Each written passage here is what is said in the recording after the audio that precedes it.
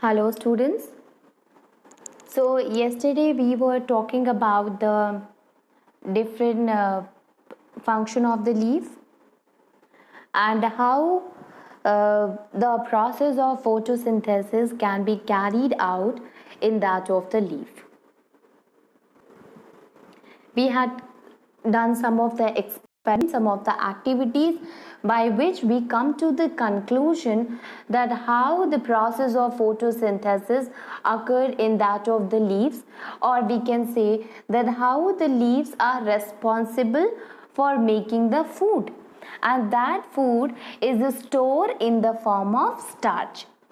So by using the starch iodine solution, starch iodine test, we confirm that leaves are responsible for making the food in the plant. Then we came to the next one, that is the transpiration, and we studied that how the process of transpiration occur in that of the leaves. The minute pore, the small pore which is present on the surface of the leaves, they are responsible for the evaporation of the water particles, extra water which is carried by the earth of the stem to the leaves. And we had done one experiment in which we studied that how we can see that transpiration process occur in the leaves. And this transpiration process at night, due to low temperature, you can see the water droplet in the form of a water droplet that we call dew is present on the surface of leaves. Okay, now we will continue with the leaves only. I think you have seen when we were discussing about the leaf, then we were talking about the midrib, that was the main vein, and from the main vein there were some of the other lateral veins or other side vein was coming from it, right? So veins, okay, so from this only we will start with the topic, and that is venation. So venation is what? The arrangement of the vein and the veinlets in the lamina of the leaf is termed as venation. So you see here, if we consider this one. So you see here, what is this? This is the lamina. If you see this one, this is the lamina of the leaf, and the veins which is passing through it, the arrangement of the veins in this lamina of the leaf defined as the venation. Okay, so when we are studying about the vein and its structure, or how it is arranged in that of the leaf lamina, defines the venation. Okay, so venation is what? It is the arrangement of the veins. These veins which is present in the leaves, the arrangement of that veins and the veinlets in the lamina of the leaf, or on the surface of the leaf is termed as venation. Okay. Now venation is also divided into two types. The first one is the reticulate venation, and the second one is the parallel venation. Okay, so these two are the arrangement of the veins. So we will start with the reticulate venation. So when we talk about the reticulate venation, student, so you can see here, when the veinlets, or we can understand with the vein only. Okay, so when the vein, it form a network, the venation is termed as a reticulate. So we can say if a leaf is having a network like a structure, or the veins, they arrange themselves in a network form, that kind of venation is known as a reticulate venation. So you can see here, this is a main vein, and from this main vein, these are the side veins which are coming from the main veins, and again they are divided into this one, this is divided into this one, this is divided into this one, and this one is also divided into small veins. So by this you can see there is a formation of a network like a structure, and this kind of venation we define as a reticulate venation. Okay, this is the best one to understand the reticulate venation. You can see here these are the different veins which is coming from it, and these veins they are again divided, they are arranged themselves. You can see here this one or this one, they all are arranged themselves in a network like a structure, and that is a reticulate venation. Okay, so these veins they are dividing themselves continuously to form they are interlinking, they are continuously interlinked with each other, crossing each other, so form a network like a structure.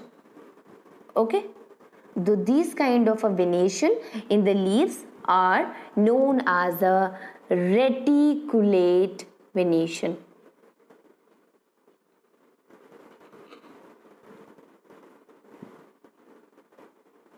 Reticulate.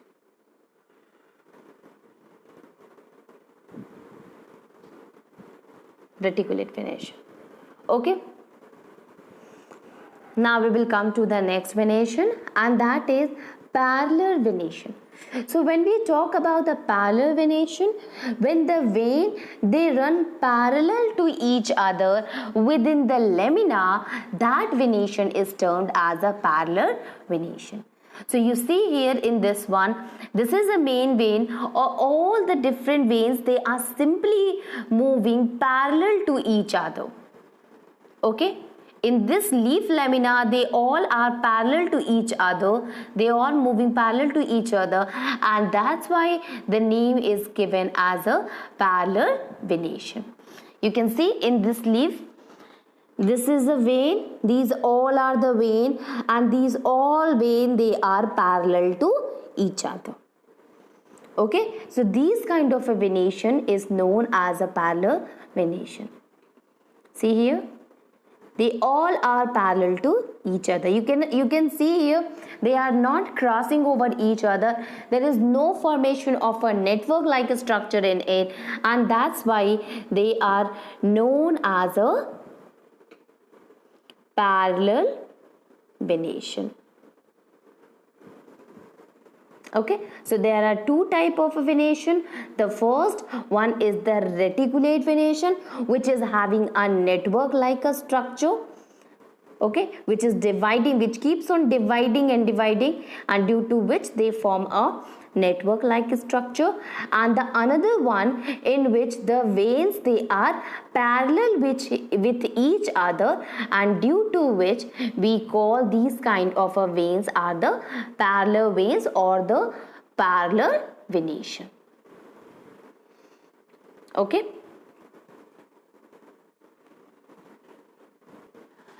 now you see here these reticulate venation, it gives a irregular way forming a net like design. Okay, so we can say that in a reticulate venation the veins they spread out from the midrib to all the part of the leaf, giving the appearance of a net. Now the question arises that in which plant we see such kind of a leaf. So you see a lot of plants are there around in which you will see a reticulate venation, like that of the neem tree, okay, or mango, or pulses, guava, or you see here rose,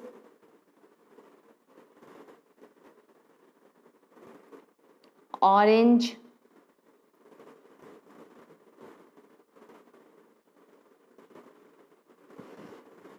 sunflower, So lot more examples are there, including these like that of the marigold or tulsi or mustard, coriander. So these are the different examples of the plant which shows, whose leaf shows the reticulate venation. Now we will see in that of the parallel venation, said what are the different plants which show this parallel venation.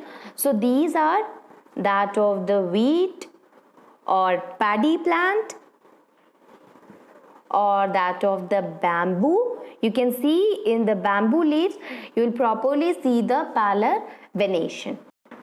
Then banana.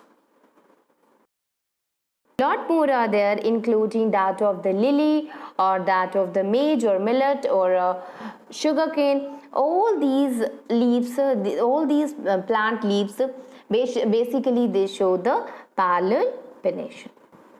Okay.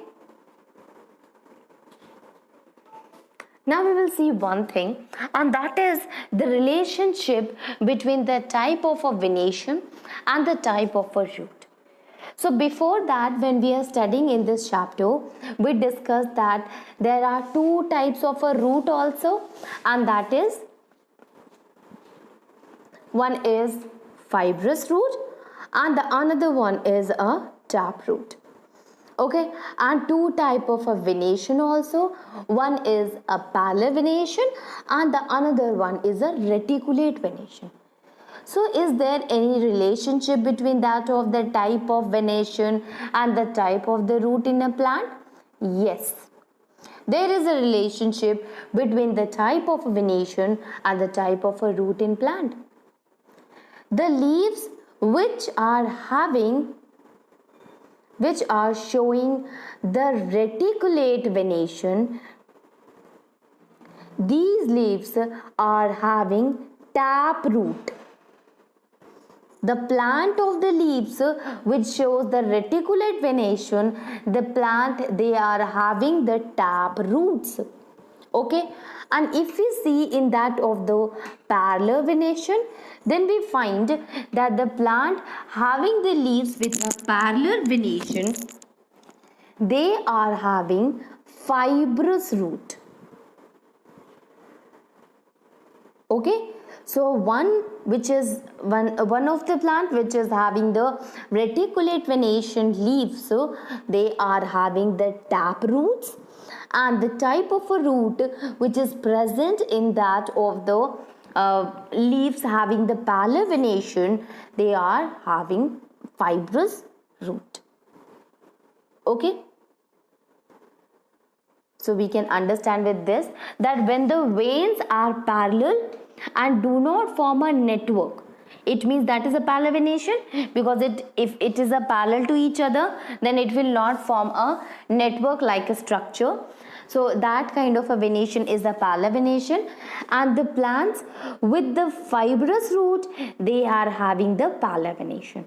Okay, so we can say the leaves of the plant which is the leaves of that plant which is showing the parallel venation, they are having the fibrous root.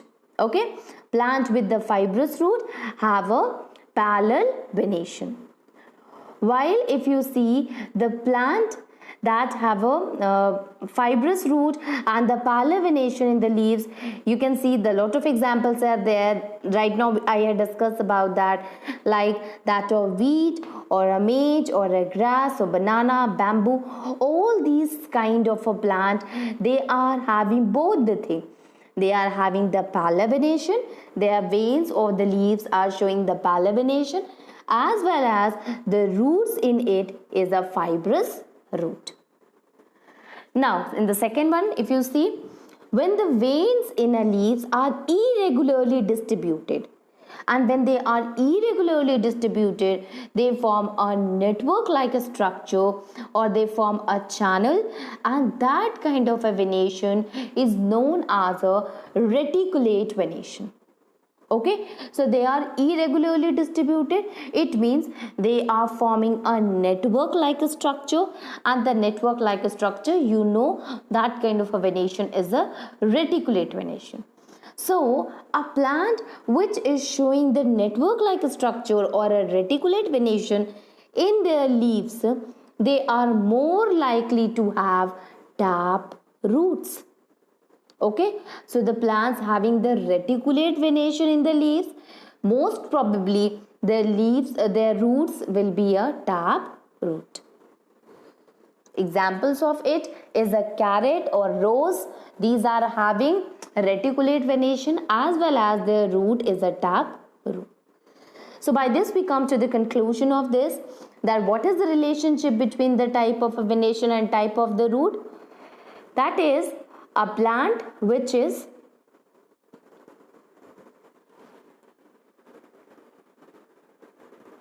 talar venation, they are having fibrous root.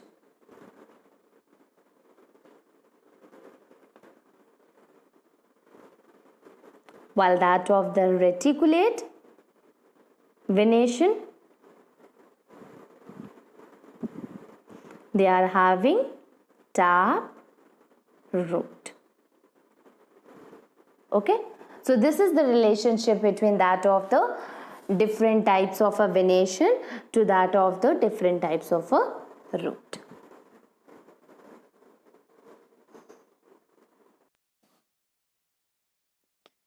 Now we will see some of the activities that is related to the uh, stem, function of the stem, and to that of the roots. So in this figure you can see there are three flowers. Okay, and with this flower you see these all three are kept in a colored colored water. Okay, so in this activity it is asked us to cut the stem of the plant and dip the stem of the plant into blue or any other colored ink water and see that what happened afterwards. Okay, so in this one you see this is the red one, this is the white ink colored or transparent, and this one is the yellow ink colored. And because of this you will see some of the changes, that here the color of the flower is little bit red, here the color of the flower is little bit yellow, and here the color of the flower is white. Okay, so how this change occur? Actually, when we cut this stem and we placed it in that of the colored ink water, then what happened?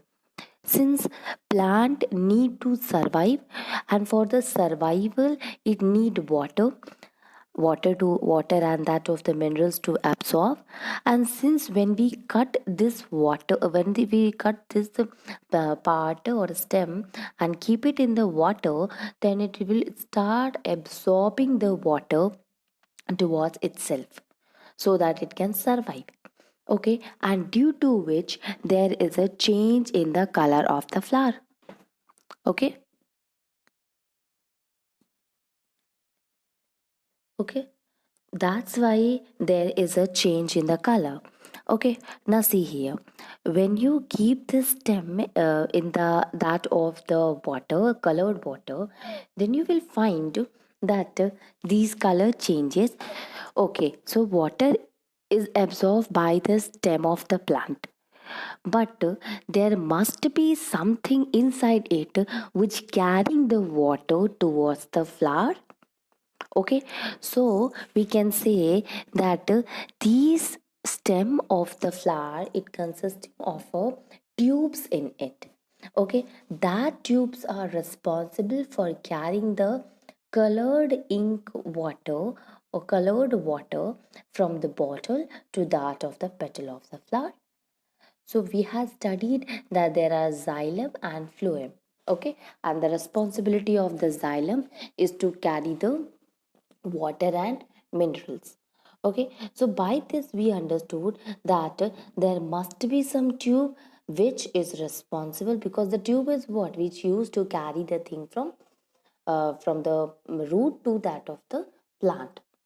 Okay, so there is a tube present in this of the flower which is responsible for carrying the color water to that of the petal of the flower, and due to which the color changes. Okay, so when we are talking about that in transportation, tubes are available which help in the transportation of the plant. Here it is verified with this experiment that yes, there are some of the tubes are present which is responsible for taking or absorbing the water from one place to the another one. Now if you see the another one,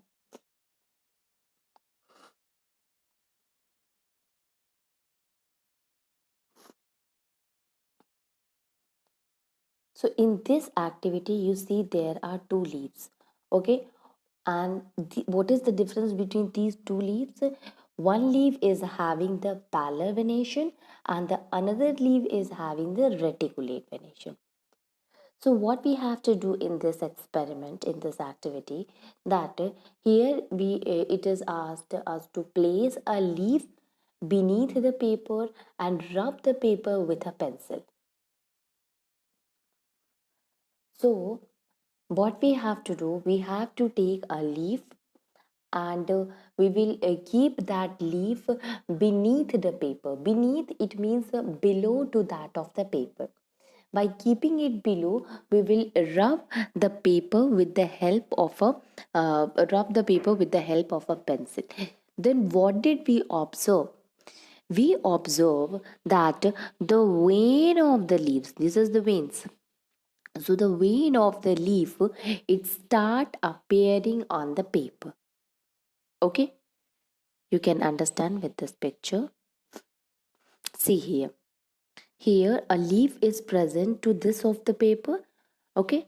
Under this paper and beneath this paper, below this paper, a leaf is placed, and when we start rubbing it on the with the help of a pencil, then you will find that a vein like a structure or the impression of the vein will come on the paper. Okay, these are the imprints of the vein. So basically what happened, veins are what? They are the water transport organ of the plant. You know the veins which is present in the leaves, they used to carry the water from the mid vein, from the main vein to that of the side vein. So it help in water transporting organ of the plant. Okay, so they help in transporting the water to the leaves. Now these veins, when you touch these veins, then you find that they are hard as well as they are having a tube like structure. Okay, and due to this hardness, when we place a paper on that of the leaf and rub it with the help of a pencil, the hard veins, it make an imprint on the paper. Okay, so after impression, what did you observe by this? You observe the vein arrangement. You can see here in this picture, you can see here a midrib is there and the lateral is there. Again the veins, they get divided. So what we are observing here, that when the veins arrangement, whether it is an organized vein or parallel vein or a reticulate vein, so all the different kind of a vein, whatever the vein you are using, whatever the leaf you are using, the vein of that particular leaf will imprint will come out after rubbing it. Okay, so by this we are able to distinguish to that of the reticulate and the parallel vein respectively. Such vein which are having a network like structure is a reticulate, while which is having a parallel like structure, they are the parallel vein. Okay, so due to the hardness, the impression of the leaves will come on the paper.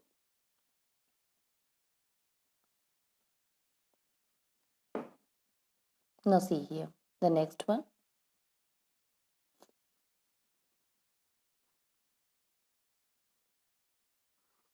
Now in this figure, what did you observe? You observe that there are two potted plants are given here. Okay, and in one of the potted plant there is a root, and in another potted plant there is no root. So what is this activity is for? This activity, it act as to dig two small plant with root and plant them separately, one with the root and another one without the root. So we have to take two potted plant. Potted plant, it means one here, it is a pot, and this one is the pot, and this one is the plant. So we will take two pots, okay, and we will plant two small plants in it, and in the condition is that one plant must have a root and the another plant it do not have root. Okay, one with root and another without roots. Then what will you observe? You will observe that the plant which was having the which do not having the root, these plant they will wilt down, okay, or they will dry up. Okay, wilt, it means uh, it means drying of the leaves, okay, wilting, गिर जाना, सूख के गिर जाना, that is the wilting. Okay, so these are basically, if you see in both of them, so the plant which is having the roots in it, the leaves which is present in it will remain as usual, but the plant which do not have a root in it, their plants will wilt down, it dries. Why is it so, student? It is because it does not have a root. There is only difference between these two plants, that one is having root and another is not having root, and because of that a big change occurred, that this plant remains the same, but here this plant wilted down. Okay, it is because, so you can understand with this that the roots play a very important role. So what is the role of the root here? Root is present in the soil, and we give water and mineral in the soil itself. Okay, so the water and minerals is absorbed by the root which is present in the soil. Okay, and this root help in carrying the water and mineral to the leaves of the plant, where the leaves they used to make the food by the help of a photosynthesis. Okay, so this plant is having the root, and that's why the process of photosynthesis occurs smoothly here. But here, since the plant does not have a root in it, and due to which what happened, it is not able to absorb the water and mineral, and thus it wilt down. Okay, so it is not able to carry the water and mineral to that of the leaf. So process of photosynthesis does not occur. The plant will be not able to make their food, and due to the lack of the food, it will dry up or it will wilt down. So by this experiment, we come to know that how the roots play a very important role in the survival of the plant. Now we will come to the next one, that is germination of the seed. So here in this activity, here it is asked us to germinate seed of a gram and that of the maize on a wet cotton. And after germinating, I think we have studied about the sprouted seed before that in the same in this the previous classes I had explained that how can we germinate seeds. Okay, so here at first we will germinate a maize and then that of the gram, and then see the difference between them, or is it possible to separate the root of that of the maize and that of the gram. Now what we have to do, we have to examine the root of the germinating seed. So when you see the root here, then you will find that root of the maize is longer, okay, as compared to root of that of the gram, okay. As well as you will see the root of the maize here, this one, it does not having any kind of a secondary root. You can see here in this picture, it is written that here only primary root is there, there is no secondary root, okay. While if you see that of the gram is having the secondary root, okay. So these are the secondary roots which is present in that of the gram. So by this we come to a conclusion that the different types of a root, whether it is of a maize or it is of a gram, both are cereals. Even then also the type of a root, it depend upon the type of the plant, as well as it depend upon the type of the environment.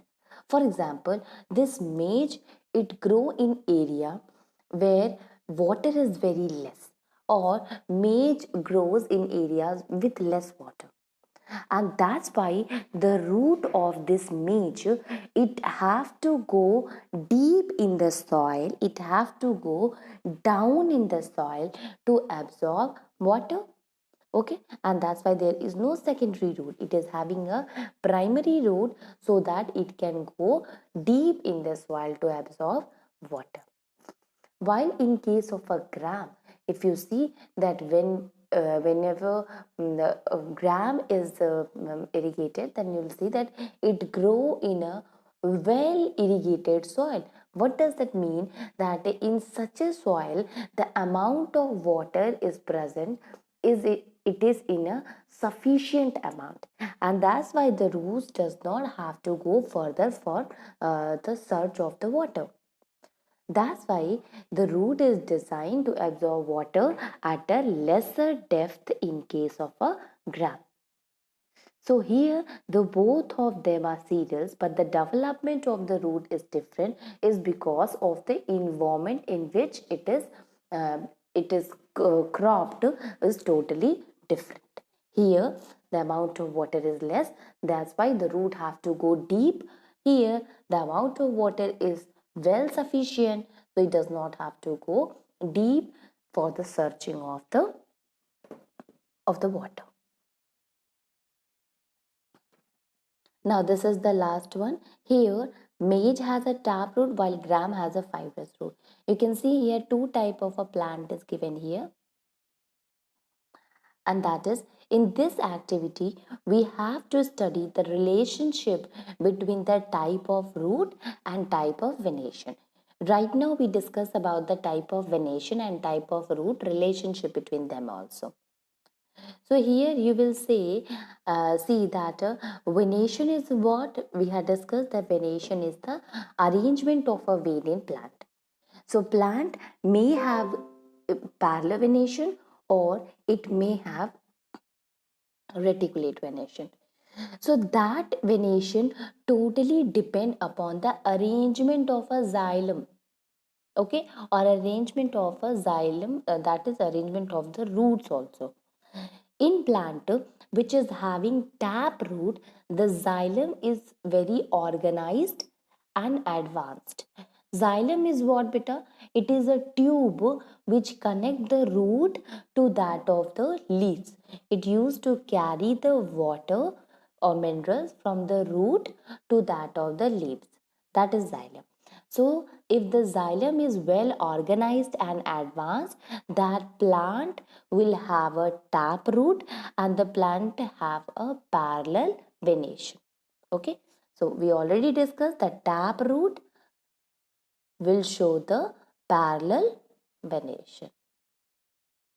So if a plant is having tap root, the xylem is well organized and advanced. So thus it having a parallel venation.